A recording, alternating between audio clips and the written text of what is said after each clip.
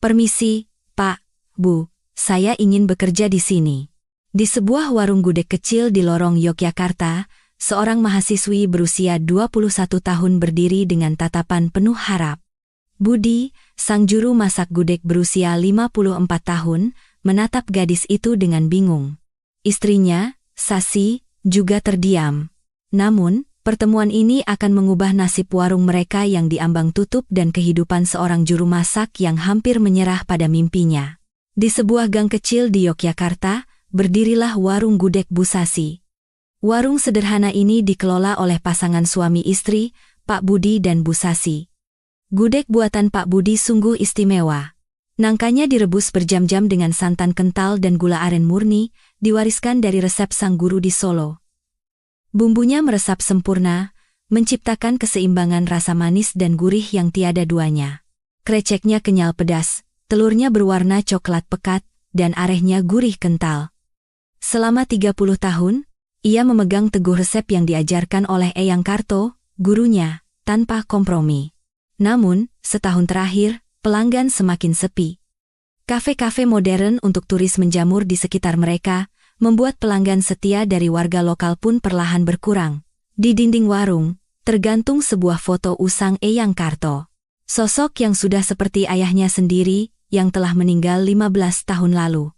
Ketika menerima kabar Eyang Karto jatuh sakit, Budi baru saja membuka warungnya dan tidak bisa meninggalkannya. "Tunggu sebentar, Eyang. Saya pasti pulang," janjinya dalam hati, namun ia tak pernah sempat. Kata-kata terakhir sang guru adalah, "Aku ingin bertemu Budi." Selama 15 tahun, Budi tidak pernah bisa memaafkan dirinya sendiri. Karena itu, ia berjanji akan menjaga ajaran gurunya selamanya. Baginya, itulah satu-satunya cara untuk menebus dosa. Tapi kini, warung merugi, pelanggan tak kunjung datang.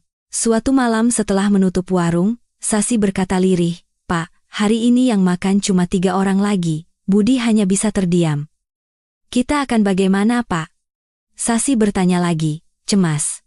Budi tak mampu menjawab. Hingga suatu hari, pintu warung terbuka dan seorang gadis muda masuk. Usianya 21 tahun, namanya Ayu Lestari, seorang mahasiswi dari Jakarta yang sedang kuliah di Yogyakarta. Selama 3 bulan terakhir, ia adalah pelanggan setia warung ini. 3 kali seminggu, ia selalu duduk di kursi yang sama, memesan seporsi nasi gudeg komplit. Pak Budi dan Bu Sasi mulai memperhatikan Ayu. Ia selalu menyapa dengan sopan, "Sugeng sonten, Bu, Pak." Setelah selesai makan, ia akan berkata, "Matur nuwun, enak sekali," sambil menundukkan kepala dengan hormat sebelum pergi.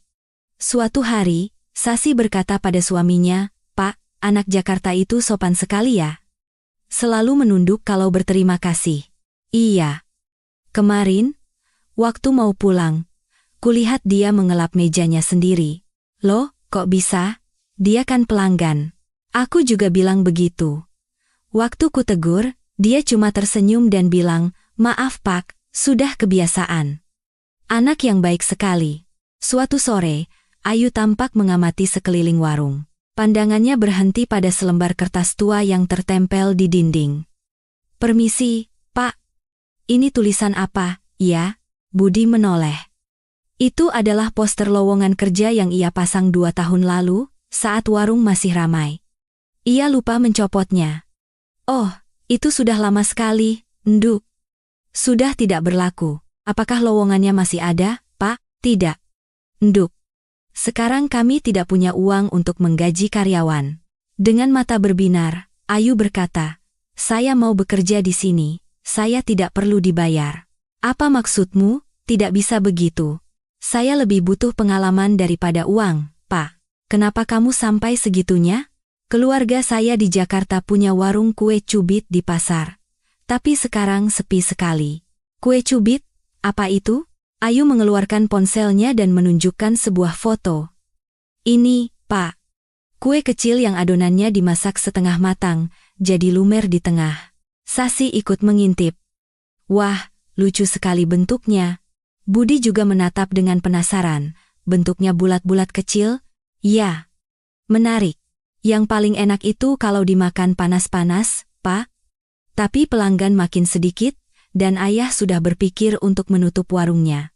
Saya kuliah jurusan manajemen supaya bisa menyelamatkan usaha keluarga saya. Waktu saya melihat warung Bapak, saya merasa kita sama, rasanya luar biasa, tapi Budi teringat dirinya 30 tahun yang lalu. Hari ketika ia nekat mendatangi rumah Eyang Karto di Solo dan mohon ajari saya, Eyang. Sosoknya saat itu seolah menyatu dengan gadis yang berdiri di hadapannya. 1 bulan saja, kata Budi akhirnya. Wajah Ayu langsung berseri-seri. Benarkah, Pak? Tapi aku tidak akan membiarkanmu kerja tanpa bayaran. Aku akan memberimu upah minimum. Ayu menundukkan kepalanya dalam-dalam. Terima kasih banyak, Pak. Bu, saya akan bekerja dengan baik. Di hari pertamanya, Ayu datang 15 menit lebih awal dari waktu yang dijanjikan. Ia mengenakan kemeja putih bersih dan celana yang nyaman untuk bergerak. Rambutnya diikat rapi. Selamat pagi, Pak, Bu, mohon bimbingannya mulai hari ini. Ia menunduk hormat sambil mengeluarkan sebuah buku catatan kecil. Budi menjelaskan pekerjaan-pekerjaan dasar, cara membersihkan meja, mengoperasikan kasir sederhana, dan menjelaskan menu. Ayu mencatat semuanya dengan teliti. Siang itu, saat tidak ada pelanggan, Budi sedang menyiapkan bumbu di dapur ketika mendengar suara dari depan. Ia melihat Ayu sedang mengelap jendela dan meja dengan sangat telaten. Nuk, tidak usah sampai segitunya. Ayu menoleh dan tersenyum. Maaf, Pak. Di Jepang, ini hal yang biasa. Ayu pernah mengikuti program pertukaran pelajar singkat ke Jepang. Budi terdiam. Ia baru sadar betapa ia telah mengabaikan kebersihan warungnya akhir-akhir ini. Sore harinya, Pak Joko, seorang pelanggan setia, datang. Pria berusia 60-an yang ceria itu adalah salah satu dari sedikit pelanggan yang masih rutin datang 2 kali seminggu. Wah, Budi, aku datang lagi. Saat ia hendak duduk di kursinya yang biasa, Ayu dengan sigap menarik kursi untuknya. Monggo, Pak, silakan duduk. Pak Joko terkejut dan menghentikan langkahnya. Loh? Ayu kemudian menyajikan segelas kecil teh hangat. Silakan diminum, Pak, biar segar. Mata Pak Joko membelalak. Wah, apa ini? Teh selamat datang, baik sekali. Ia menyesap teh itu dan wajahnya tampak rileks. Enak sekali ini. Aku suka pelayanan seperti ini. Malam itu setelah warung tutup, Budi bertanya pada Ayu. Teh hangat tadi, kamu siapkan dari mana? Oh, saya datang lebih pagi untuk menyiapkannya, Pak. Saya merebus air dan tehnya sendiri. Ini cara orang Jawa menyambut tamu.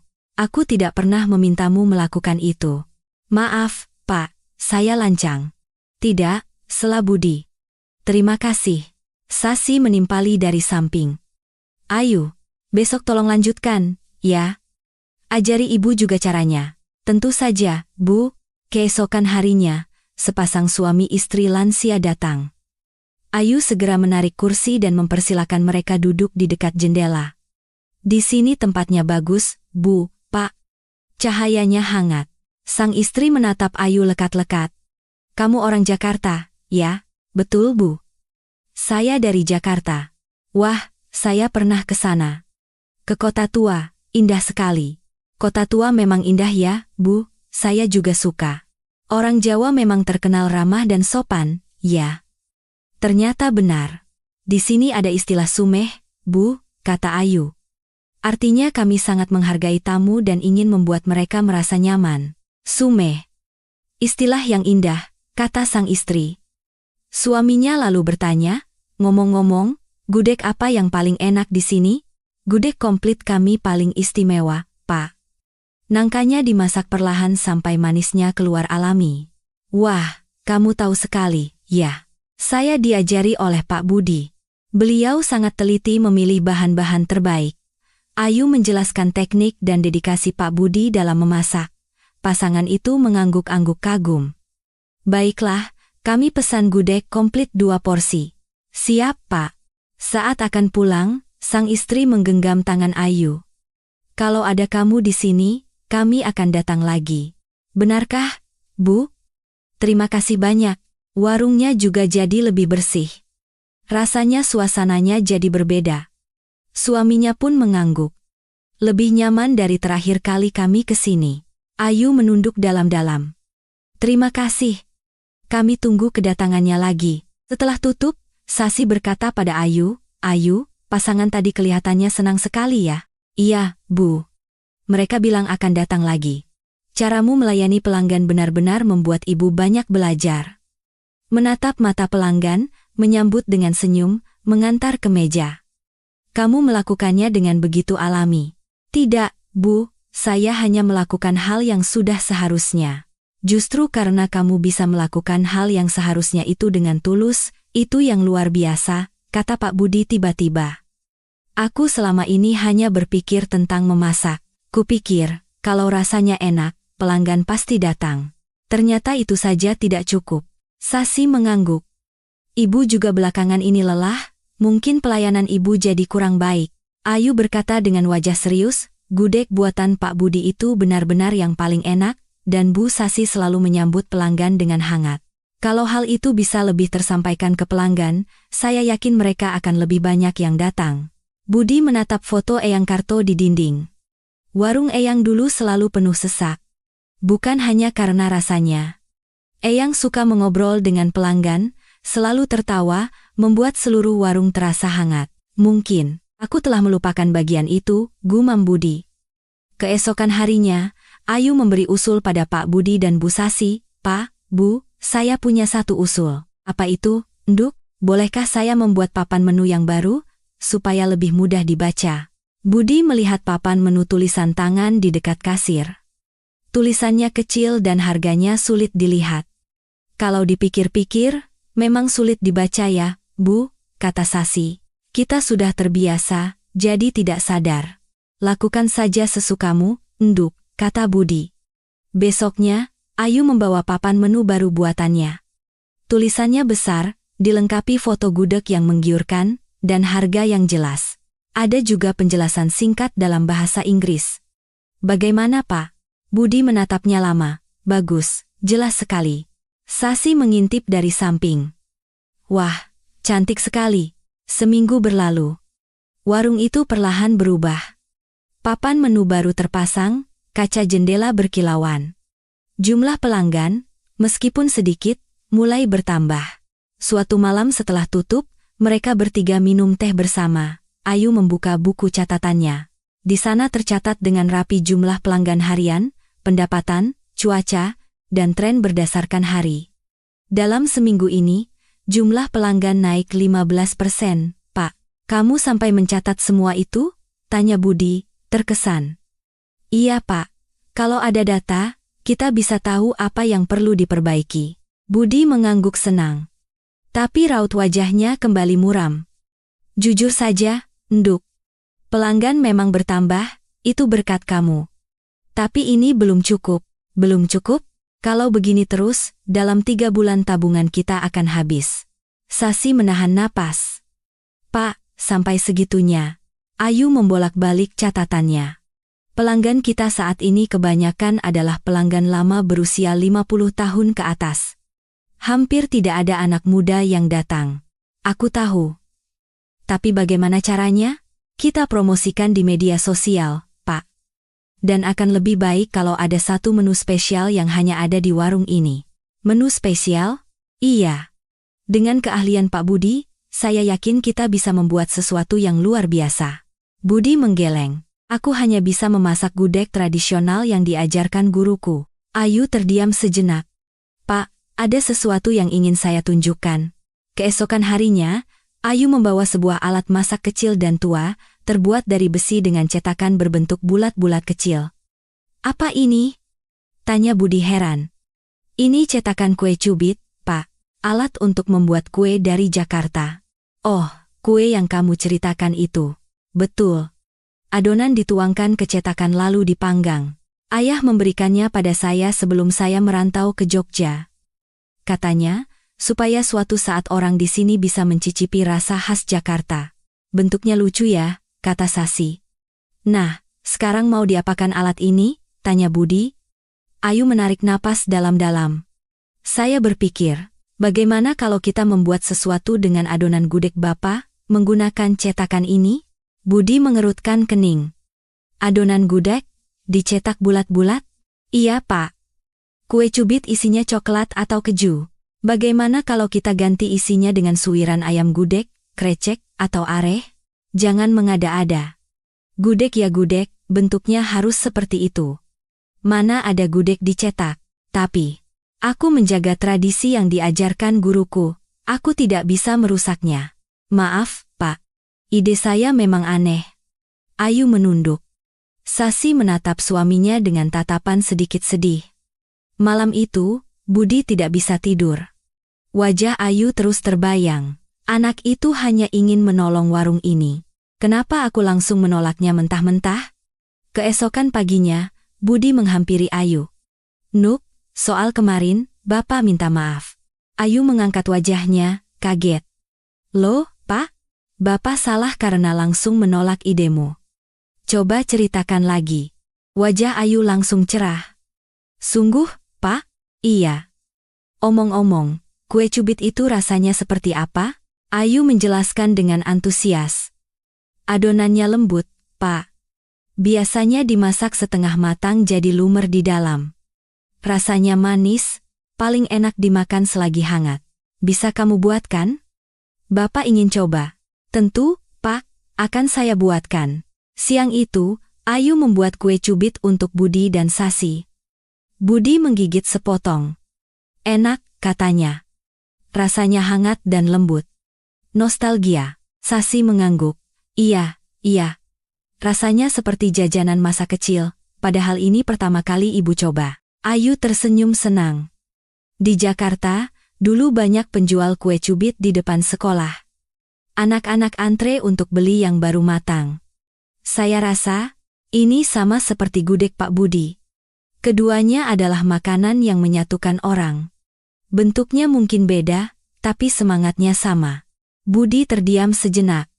Baiklah. Kita coba buat. Mata Ayu berbinar. Benar, Pak, tapi tidak bisa begitu saja. Harus ada sentuhan Jogjanya. Kita pakai bahan-bahan dari kota ini untuk membuat sesuatu yang hanya bisa dimakan di sini. Sejak hari itu, eksperimen pun dimulai. Sambil mengaduk adonan, Budi berkata, pertama, kita pikirkan isinya. Kalau di Jakarta isinya manis, di Jogja enaknya apa? Ayu memberi usul, bagaimana dengan suwiran ayam opor, Pak? Khas Jogja sekali. Opor? Ide bagus, kita coba padukan dengan sedikit areh. Sasi menimpali, kalau ditambah irisan cabai rawit bagaimana? Biar ada rasa pedasnya. Boleh juga. Ayo kita coba. Prototipe pertama selesai. Budi mencicipinya. Lumayan. Tapi ada yang kurang. Kurang apa ya, Pak? Entah, coba buat lagi. Kegagalan terus berlanjut. Adonannya lengket di cetakan. Wah, adonannya terlalu lembek. Coba kita olesi minyak dulu cetakannya. Isiannya meluber keluar. Isinya kebanyakan. Tapi kalau sedikit, rasanya jadi hambar. Tingkat kematangannya sulit diatur. Luar gosong, dalam masih mentah. Beda sekali dengan api arang untuk gudeg. Coba apinya dikecilkan dan waktunya diperlama, Pak. 10 kali, 15 kali, 20 kali. Meskipun gagal, mereka bertiga terus mencoba sambil tertawa bersama. Pada percobaan ke-20 di malam hari, mereka bertiga sudah kelelahan. Mereka memutuskan rehat sejenak sambil minum teh. Nuk, Jakarta itu seperti apa? Tanya Budi tiba-tiba. Ayu berpikir sejenak. Jakarta itu kota yang tidak pernah tidur, Pak, sibuk sekali. Tapi keluarga saya tinggal di daerah pasar tradisional yang masih hangat. Semua orang saling kenal, mirip seperti di gang ini. Budi bergumam, suatu saat, Bapak ingin ke sana. Sasi menimpali dengan mata berbinar. Ide bagus. Ibu juga mau ikut, ingin makan kue cubit buatan keluarga Ayu. Ayu tertawa senang. Tentu saja, Bu. Nanti saya ajak jalan-jalan. Baiklah. Kita bangkitkan lagi warung ini, lalu kita pergi ke Jakarta, seru Budi. Ayo coba sekali lagi. Siap, Pak. Percobaan ke-25. Budi dengan hati-hati mengangkat kue dari cetakan. Bentuk bulat kecil yang sempurna. Luarnya kecoklatan, dalamnya lumer dengan isian gurih. Budi menggigitnya. Ini dia. Ayu ikut mencoba. Enak sekali. Sasi juga mencicipi dan wajahnya berseri-seri. Luar biasa. Ini pasti laku keras. Mereka bertiga saling berpandangan dan tertawa. Kita harus beri nama, kata Sasi. Gudeg cubit istimewa, usul Ayu. Nama yang bagus, kata Budi. Bagaimana kalau kita buat beberapa varian rasa? Ide bagus, Pak. Selain rasa khas Jogja, mungkin kita bisa gabungkan juga dengan rasa Jakarta? Maksudmu? Misalnya, adonan dasar dengan isian coklat lumer atau keju, anak-anak muda pasti suka. Coklat dengan gudeg, apa cocok? Tanya Sasi. Di Jakarta, banyak jajanan yang menggabungkan rasa manis dan gurih, Bu, namanya perpaduan rasa, jelas Ayu. Menarik, ayo kita coba. Setelah beberapa kali percobaan lagi, 3 varian gudeg cubit istimewa pun tercipta. Klasik, isian suiran ayam gudeg dan areh gurih, rasa otentik Jogja. Pedas Merapi, isian krecek pedas. Cocok untuk yang suka tantangan. Lumer coklat keju, isian coklat dan keju. Perpaduan Jawa dan modern. Mereka meletakkan cetakan kue cubit di depan warung. Saat Ayu mulai memanggang, aroma wangi menyebar dan orang-orang yang lewat pun berhenti. Itu apa, ya? Baunya wangi sekali. Seorang ibu dengan anaknya mendekat. Permisi, Mbak. Ini jualan apa? Ayu menjawab dengan senyum ramah. Gudeg cubit istimewa, Bu. Gudeg dalam bentuk kue kecil. Gudeg bentuk kue, unik sekali. Mama, itu kuenya kecil-kecil, lucu, seru sang anak. Cetakannya saya belum pernah lihat, kata si ibu. Ini cetakan kue cubit dari Jakarta, Bu. Di sana, kue ini sangat populer. Oh, dari Jakarta. Bagaimana cara membuatnya? Ayu menunjukkan sambil menjelaskan. Adonan dituangkan, lalu diberi isian, lalu ditutup lagi dengan adonan, kemudian cetakannya dibalik supaya matang merata. Wah, hebat. Diputar begitu, teriak si anak. Betul, Dek. Makanya luarnya bisa garing, dan dalamnya tetap lumer. Wah, sejomi yang menarik ya. Jadi di Jakarta ada kue seperti ini? Betul, Bu. Namanya kue cubit. Bentuknya yang imut membuatnya disukai banyak orang. Menarik sekali. Kalau begitu, makan ini bisa bikin senang juga, ya? Pasti bisa, Bu, silakan dicoba. Saat Ayu menyerahkan kue yang masih panas, si anak langsung menggigitnya. Enak. Luarnya garing, dalamnya ada ayamnya. Wah, benar-benar enak, ya. Ada rasa apa lagi, Mbak? Ada yang isian krecek pedas, dan yang ini perpaduan coklat dan keju, Bu. Perpaduan Jawa dan modern, keren sekali. Saya beli semua rasa, ya. Kerumunan mulai terbentuk di depan warung. Bikin apa itu? Katanya gudeg bentuk kue, pakai cetakan dari Jakarta. Wah, unik. Coba beli, yuk. Pelanggan terus berdatangan. Sepasang anak muda menghampiri. Mbak, kami lihat dari medsos. Di sini kan, ya, gudeg cubitnya? Betul Mas, Mbak. Silakan. Lucu banget. Boleh difoto?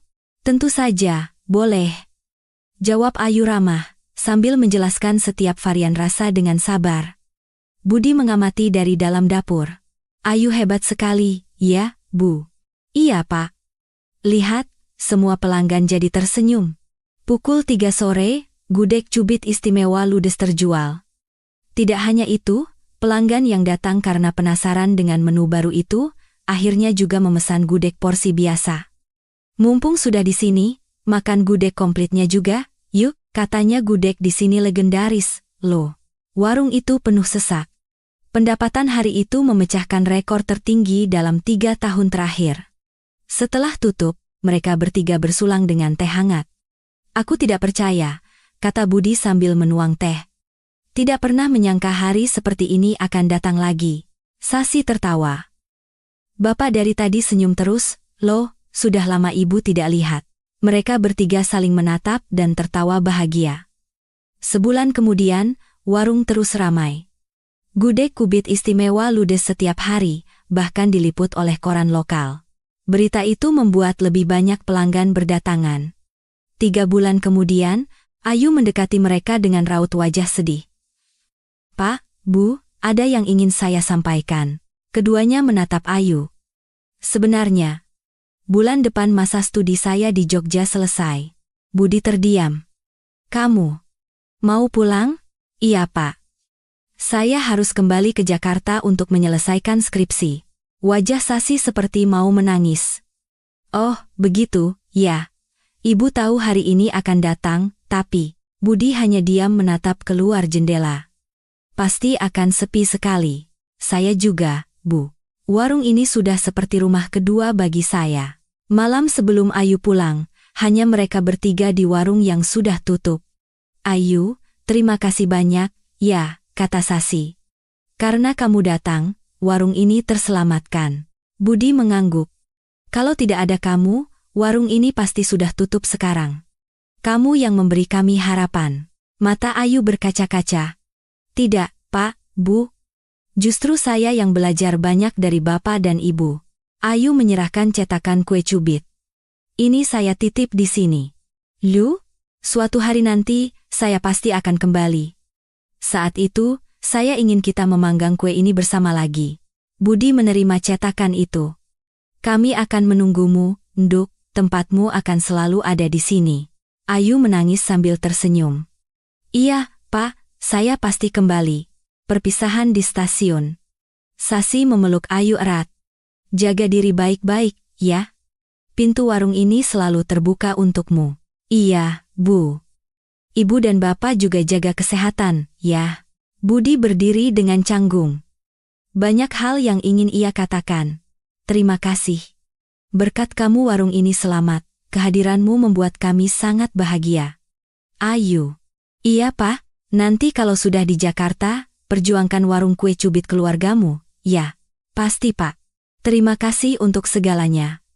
Kami tidak akan pernah lupa. Jangan lupakan janjimu, ya." "Janji?